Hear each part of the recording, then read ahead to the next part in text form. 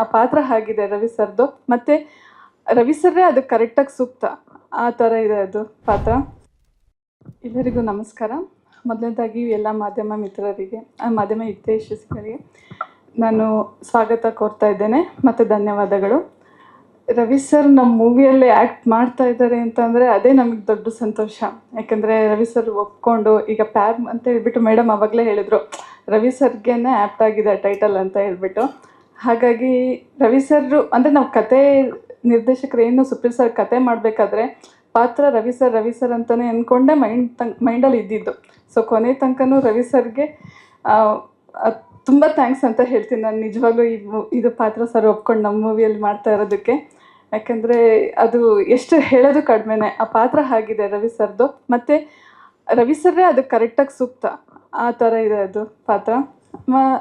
ನಾನು actually direction ಮಾಡ್ಬೇಕಂತ ಹೇಳಿ ಬಂದಿದ್ದು ಇಂಡಸ್ಟ್ರಿಗೆ. ಕತೆ ಎಲ್ಲ ಚೆನ್ನಾಗಿರೋದು ನೋಡಿಬಿಟ್ಟು ಪ್ರೊಡ್ಯೂಸರ್ ಆಗಿದ್ದೀನಿ.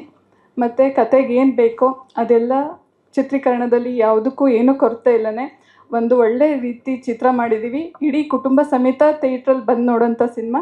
ಹಾಗಾಗಿ ನಿಮ್ಮೆಲ್ಲರ ಆಶೀರ್ವಾದ ಬೇಕಾಗತ್ತೆ. ಧನ್ಯವಾದಗಳು.